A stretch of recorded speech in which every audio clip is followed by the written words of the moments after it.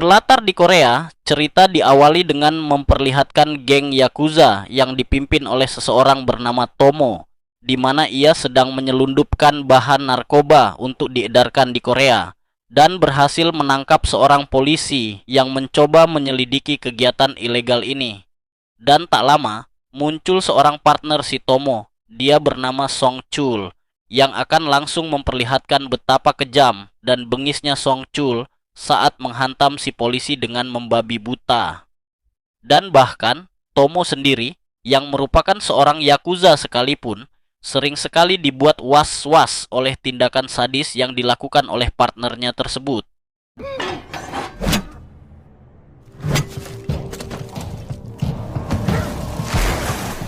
Esok harinya, Song Chul dan Tomo menemui seorang langganannya yang merupakan anggota dari geng Triad, di mana bos Triad yang merupakan seorang wanita ini pun menawarkan uang sebesar 30 juta dolar, yang membuat Song Chul dan Tomo berjanji untuk segera menyiapkan koba jenis baru bernama Hyper sebanyak 20 kilogram. Dan bos Triad tidak perlu lagi khawatir tentang bea cukai, pengiriman, dan tetek bengik lainnya, karena Song Chul memiliki banyak SDM yang bisa membuat semuanya berjalan dengan lancar.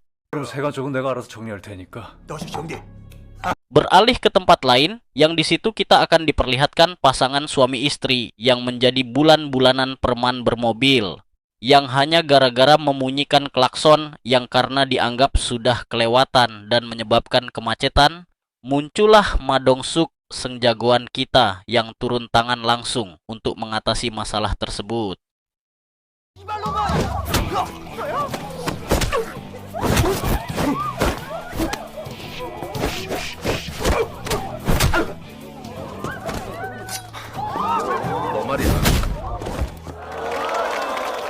경찰, 저기 다친 사람 있어요. 다친 사람. 여기 미안한데 차 좀 빨리 빼주세요. Tiba di kantor, Ma Dong-suk langsung ditegur oleh si kapten yang mengeluh cara Ma Dong-suk menangani pelaku kriminal dengan cara kekerasan, di mana mereka seharusnya diperlakukan lebih manusiawi tanpa membedakan kejahatan yang telah mereka perbuat. 아니 경찰이란 게 뭐야? 지팡이를 어떻게 몽둥이로 막... Saat itulah si kapten membagikan coklat mahal yang akunya dibeli istrinya dari luar negeri, di mana Ma Dong-suk tidak diberi karena dianggap perlu melakukan diet untuk mengecilkan ukuran tubuhnya.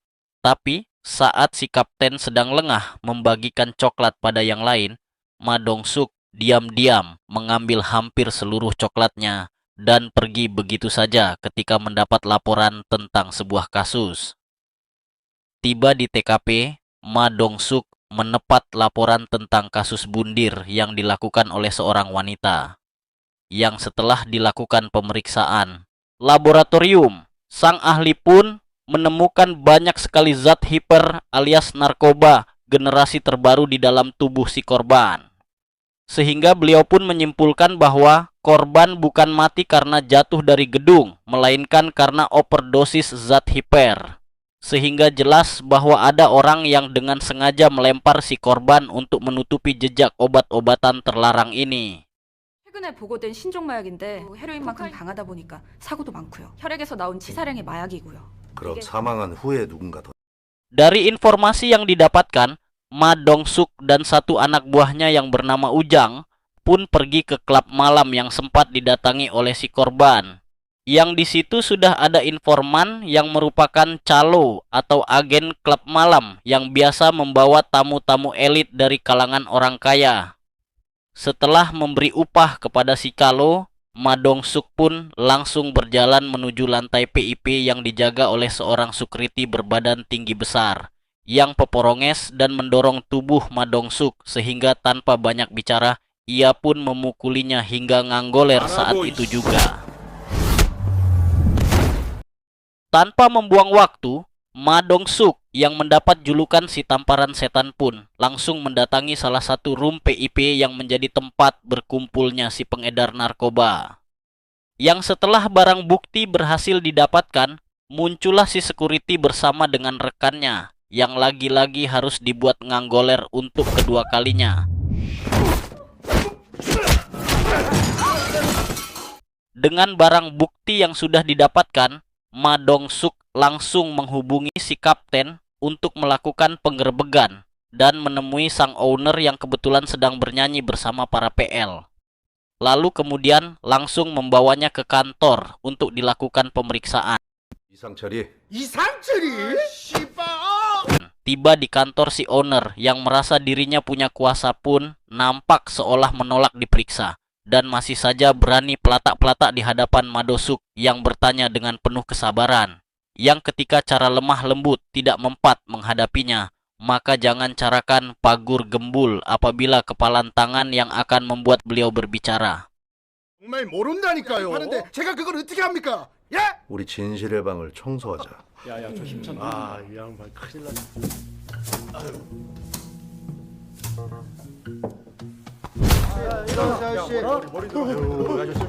괜찮아, 괜찮아. Akhirnya, si owner pun buka mulut tentang seorang tamu VIP yang merupakan wanita kaya yang punya bar elit khusus untuk para pejabat dan orang kaya.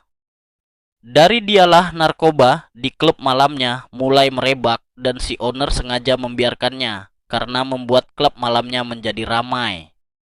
Bersama dengan si informan yang tahu banyak tentang informasi di lapangan, Ma Dong-suk dan Ujang pun akhirnya tiba di kediaman si wanita kaya raya yang menjadi pengedar narkoba di klub malam tadi. Yang di situ, Ma Dong-suk lagi-lagi harus berhadapan dengan seorang bodyguard tinggi besar yang membuatnya kembali harus mengeluarkan pukulannya untuk menumbangkan si bodyguard tersebut. 가라고 이 누구냐면은 뺏지가 지금 누구신데 남의 업장 생패를... 약 파신다면서. 약 어디 있어요? 네, 뭐 하는 거예요? 저기 왜 여기만 서랍이 있지? 총사님! Setelah menemukan barang bukti, si wanita kaya pengedar narkoboy ini pun akhirnya mau memberikan informasi dari siapa dia mendapatkan obat hypernya itu. Yakni seorang bernama Hiroshi yang usut punya usut, dia adalah anggota kelompok Yakuza Jepang yang sengaja ditempatkan di Korea untuk memproduksi sekaligus mengedarkan narkoba di wilayah ini. Yang setelah lokasi apartemennya sudah didapatkan, Ma Dong-suk pun segera menghubungi si kapten untuk menuju ke lokasi apartemen yang dimaksud. 아니요. 하여튼 조심해. Tanpa Ma Dong-suk, si kapten dan dua anak buahnya sempat dibuat kewalahan ketika Hiroshi dan satu rekannya menyerang mereka bertiga menggunakan pisau dapur. Namun dengan kerjasama yang kompak, si kapten pun berhasil mendapatkan barang bukti berupa obat hiper sebanyak 20 kg, sekaligus membawa si Hiroshi untuk dimintai keterangan.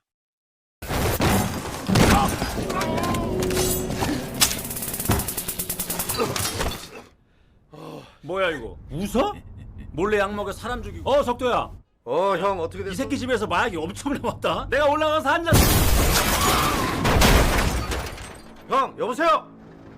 Muncullah 3 orang misterius yang menabrak mobil si kapten, lalu mengambil 20 kg hipernya dan menghabisi Hiroshi dengan begitu kejamnya.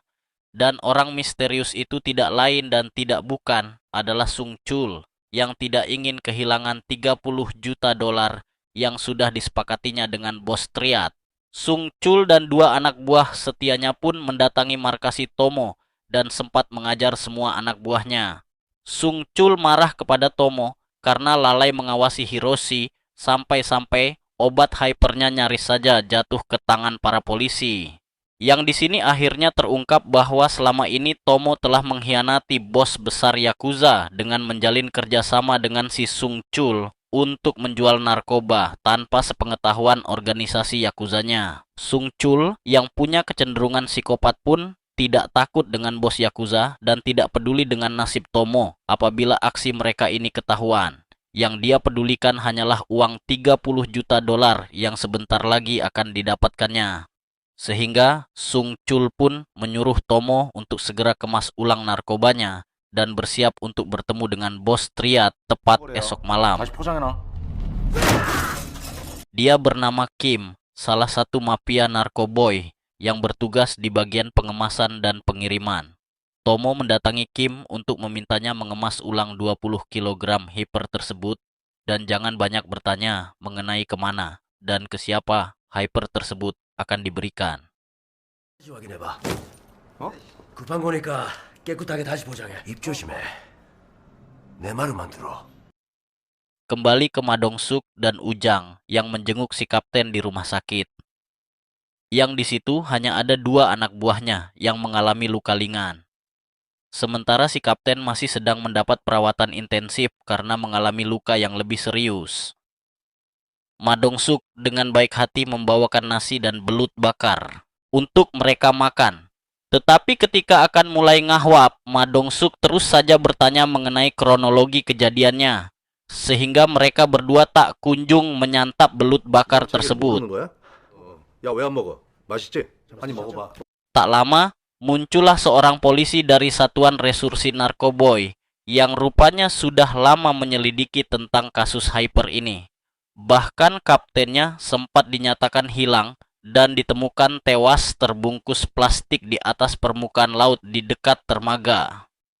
Yang ternyata polisi yang dibunuh oleh Sung Chul di adegan awal tadi adalah seorang kapten polisi dari divisi narkoba.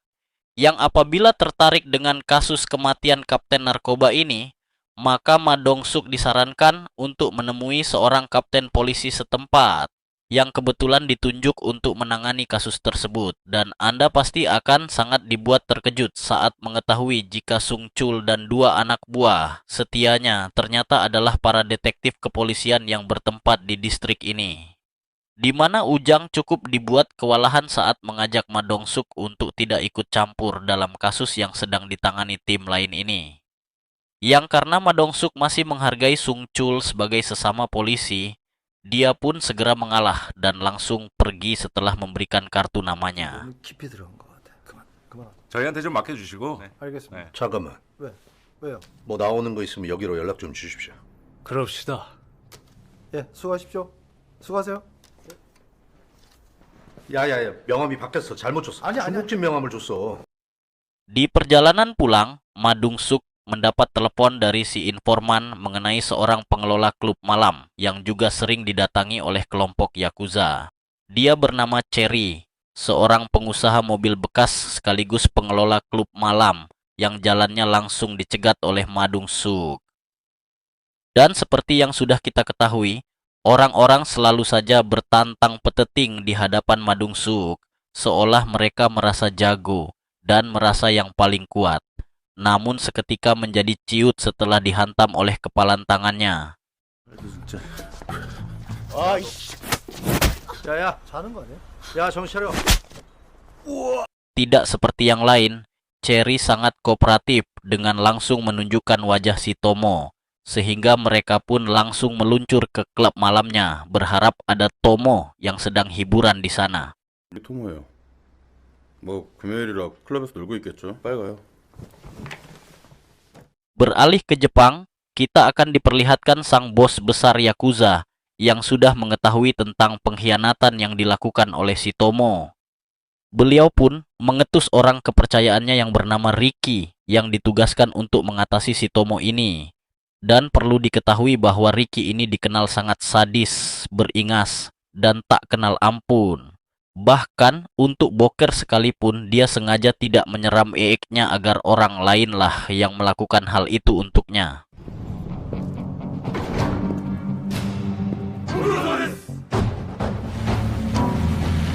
Tanpa buang waktu, Ricky dan pasukan Yakuza pun langsung menyerang markas Tomo dan menghabisi semua anak buahnya. Sementara untuk Tomo sendiri, rupanya sudah lebih dulu melarikan diri entah kemana. Yang dengan bermodalkan katana, kita akan ditunjukkan perbuatan sadis dari Ricky ini saat dirinya tak memberi ampun kepada anak buah Tomo yang sudah tidak berdaya ini.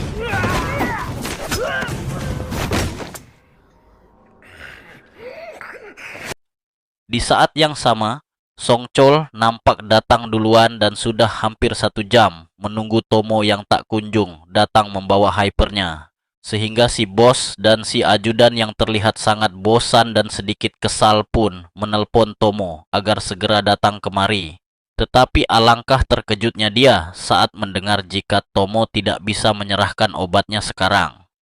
Karena bos besar Yakuza sudah mengetahui tentang pengkhianatan ini dan mengirim seseorang untuk memburunya. sehingga obat hiper sebanyak 20 kg. Tersebutlah satu-satunya barang yang sementara ini bisa dijadikan jaminan keselamatannya.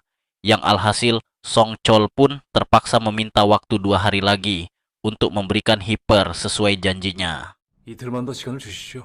到时候还见不到货。我们可他妈不敢。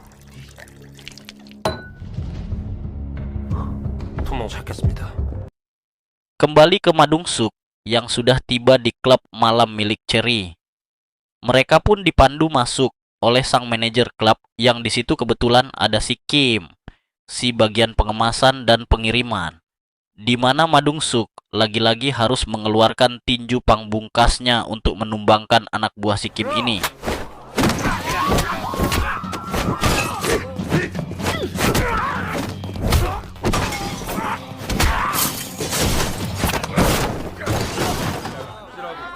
Setelah anak buahnya ditumbangkan semua, Kim pun akhirnya mau memberitahu di mana Tomo berada saat ini.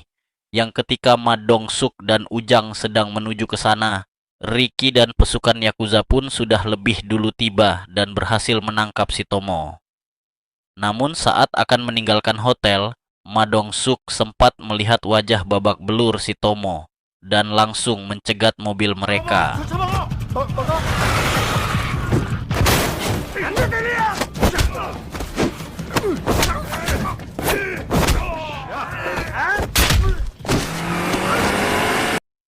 Ma Dong Suk pun gagal menangkap si Tomo setelah Ricky berhasil menabraknya. Sementara Sung Chul tidak bisa berbuat apa-apa dan hanya bisa menyaksikan dari kejauhan setelah menjadari jika Ma Dong Suk sudah masuk terlalu jauh ke dalam kasus ini. 토모 잡아간 새끼. 광수대 새끼들도 지금 토모 찾고 있는. Tomo sendiri dibawa ke Darmaga dan diinterogasi langsung oleh Ricky yang menanyakan di mana obatnya disembunyikan. Namun Tomo dengan percaya dirinya menolak buka mulut setelah yakin jika Ricky tidak akan berani membunuhnya. Karena hanya dialah satu-satunya orang yang tahu di mana lokasi obat tersebut. Namun seperti yang sudah saya jelaskan bahwa Ricky ini bukanlah tipikal orang yang bisa diajak negosiasi atau kompromi. Sehingga setelah mendapat laporan tentang keterlibatan Sung Chul dalam masalah ini, Ricky pun dengan santainya membunuh Tomo dan menjadikan Sung Chul sebagai target utama selanjutnya.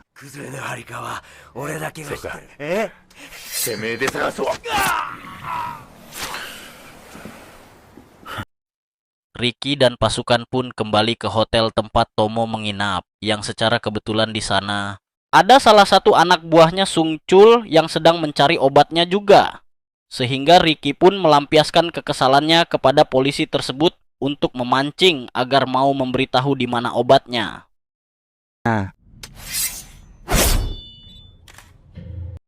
Keesokan harinya di lokasi yang sama, Sung Chul dan tim forensik pun nampak sudah menjadikan kamar hotel ini menjadi TKP. Dan di saat bersamaan, muncullah telepon dari bos besar Yakuza yang memperingatkan Sung Chul agar segera menyerahkan obatnya. Padahal dia juga sedang mencarinya. Yang entah apa yang ada di dalam benak atau otak si Sung Chul ini, meskipun hanya seorang diri, seorang kapten polisi yang hanya memiliki satu anak buah setia, Sung Chul dengan beraninya mengancam balik seorang bos besar Yakuza untuk jangan ikut campur urusannya. 마음대로 해봐 어디. 너라니 구치기 된다요. 우주는 그 카타즈기가 독이다 그래. Belum selesai dengan masalah obat dan Yakuza, Sung Chul nampaknya terus dikejar masalah ketika pihak Triad sudah tidak sabar dengan obat yang dijanjikan. Sampai-sampai si Botak Aju dan bos Triad pun berani menampar wajah Sung Chul. Dan tiba-tiba, disinilah nyaris seorang penjahat sejati dibuktikan. Sung Chul nekat menghabisi si Botak dan seluruh anak buahnya. Sung Chul nampaknya punya tekad kuat untuk mendapatkan uang 30 juta dolar tersebut, dan memang siapa yang tidak tergiur dengan uang sebanyak itu. Sehingga Sung Chul meminta si bos Triad untuk sabar sedikit lagi dan tetap ada kesepakatan di awal. 회장님이 내 약 사는 거야. Kembali ke Madung Suk yang terpaksa memilih kamar hotel yang biasa dipakai bercocok tanam sebagai lokasi interogasi kepada si Kim. Yang ketika interogasi baru saja akan dimulai, tiba-tiba sebagai orang yang bertugas di pengemasan dan pengiriman, Kim pun menjelaskan tentang siapa saja yang terlibat dalam masalah ini. Di antaranya ada bos besar Yakuza, bos besar Triad, Ricky, Tomo, dan antek-anteknya. Namun ada satu orang misterius yang Kim sendiri tidak tahu persis siapa orangnya. Dia adalah partner Tomo dalam bisnis kotor ini. Dan dari kabar yang beredar, si orang misterius ini sempat berbisnis dengan si Cherry, sang pemilik klub malam, sehingga kemungkinan besar Cherry sudah tahu tentang orang misterius yang dimaksud. Sebelum pergi menemui Cherry, Madung Suk dan Ujang pun harus lebih dulu menemukan obat yang disembunyikan oleh Tomo sebelum Ricky dan para yakuzanya menemukannya duluan. Yang berkat informasi dari si Kim, mereka pun pergi ke klub kapal pesiar, yang di situ sudah ada anak buahnya Ricky yang berjaga, dan seperti sudah bisa Anda tebak, mereka sama sekali tidak sebanding dengan seorang Madung Suk.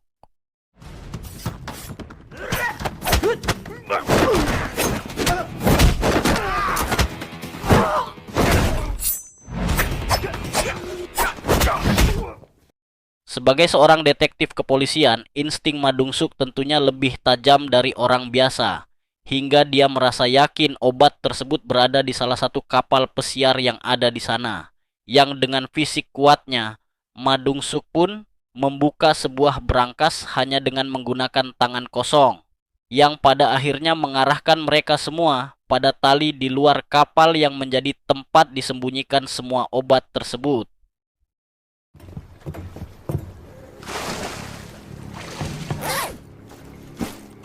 찾았다. Setelah obatnya ditemukan, kini Madung Suk hanya tinggal mencari satu pelaku yang masih misterius. Dia pun mendatangi Cherry yang kebetulan sedang COD-an dengan pasangan kekasihnya, yang ingin membeli mobil harga murah tapi mewah. Alih-alih mendapat untung besar, Cherry justru harus ikhlas menjual mobilnya dengan harga yang sangat murah setelah Madung Suk datang di waktu yang tidak tepat. 들어와. 예. Meski diganggu Madung Suk, Cherry tidak bisa berbuat apa-apa selain bersikap kooperatif dengan menelpon Sung Chul alias seorang misterius yang dulu sempat terlibat bisnis dengannya. Yang dengan mengirimkan foto selfie dirinya dengan obat hyper tersebut, Sung Chul pun setuju untuk melakukan pertemuan di suatu tempat yang sudah ditentukan. 맞다. 주소 찍어줄 테니까 1시간 뒤에. 됐어. Sadar bahwa ini adalah sebuah jebakan, Sung Chul yang cerdas pun nekat mendatangi Ricky di markas utamanya. Sempat terjadi sedikit ketegangan. Ricky pun berhasil terwaduli alias terkibuli dengan bersedia untuk bekerja sama dengan si Sung Chul ini. 너 이 치료 약 잡고 싶지? Tugas Cherry belumlah selesai karena dia masih harus pergi ke lokasi pertemuan untuk menyerahkan obatnya kepada Sung Chul. Yang sampai detik ini Madong Suk sama sekali belum menyadari kalau orang misterius yang dimaksud adalah Sung Chul, sang kapten polisi yang pernah ditemuinya. Sherry yang ketakutan pun sendirian masuk ke dalam. Yang alangkah terkejutnya dia saat melihat Ricky dan pasukan Yakuza lah yang sudah menungguinya di dalam sana.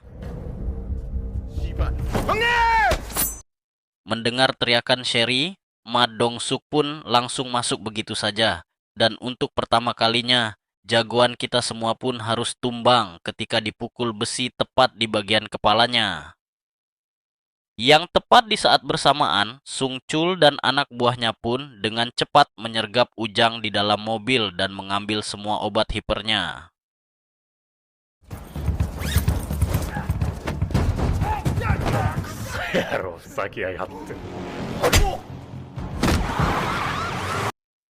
Si kapten dan anak buah pun datang terlambat ke lokasi dan hanya menemukan Sherry tengah tergeletak tak sadarkan diri. Sementara Madong Suk dibawa ke lokasi rahasia oleh Ricky untuk diinterogasi mengenai di mana obatnya berada. 네 똥구멍에. Saat itulah Ricky mendapat telepon dari Sung Chul yang memberitahu bahwa obatnya sudah ditemukan, sekaligus untuk berterima kasih karena berkat bantuan Ricky, Sung Chul akhirnya bisa memiliki semua obatnya untuk diri sendiri. Yang ketika Ricky sedang marah karena sudah kena tipu, Ma Dong-suk pun akhirnya siuman dan langsung mengajaknya mengejar beberapa anak buahnya. Ricky pun menyuruh 2 jagoan terakhir untuk maju, tetapi Ma Dong-suk berhasil mengalahkan mereka berdua dengan cukup mudah, sehingga ketika hanya tersisa Ricky seorang, dia pun tidak punya banyak opsi selain menghadapi Ma Dong-suk seorang diri.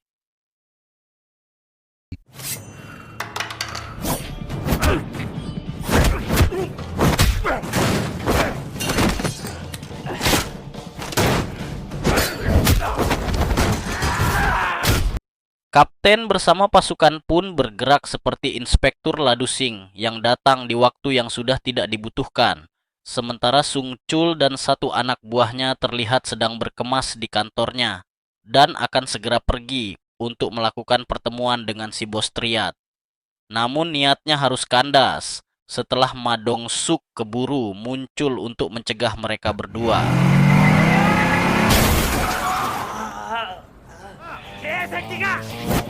Anak buah Sung Chul berhasil diringkus, sementara Ma Dong-suk mengejar Sung Chul yang lari ke dalam kantor, di mana Sung Chul benar-benar sudah tidak punya jalan keluar lagi selain menghadapi Ma Dong-suk secara langsung.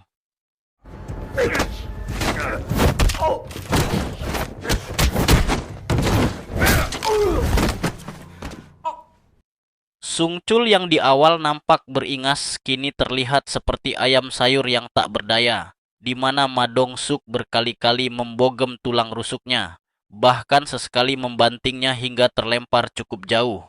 Namun Sung Chul patut diacungi jempol ketika dia masih bisa bertahan dan berdiri dan sempat berhasil meraih pistolnya.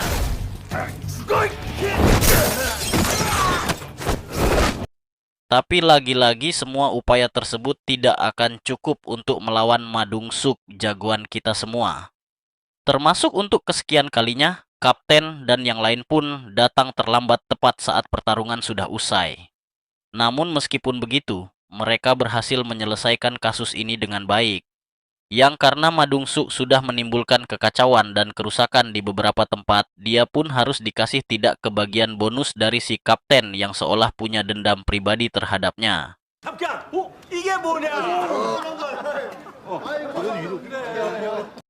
Terakhir, kita akan melihat yang isu sang mantan bos gengsa di film pertama, yang kini sudah sukses menjadi pengusaha tempat judi, di mana Ma Dong-suk kembali muncul dalam kehidupannya untuk meminta bantuan yang sepertinya cerita masih akan berlanjut di film selanjutnya. Tamat dan sampai jumpa di alur cerita film selanjutnya.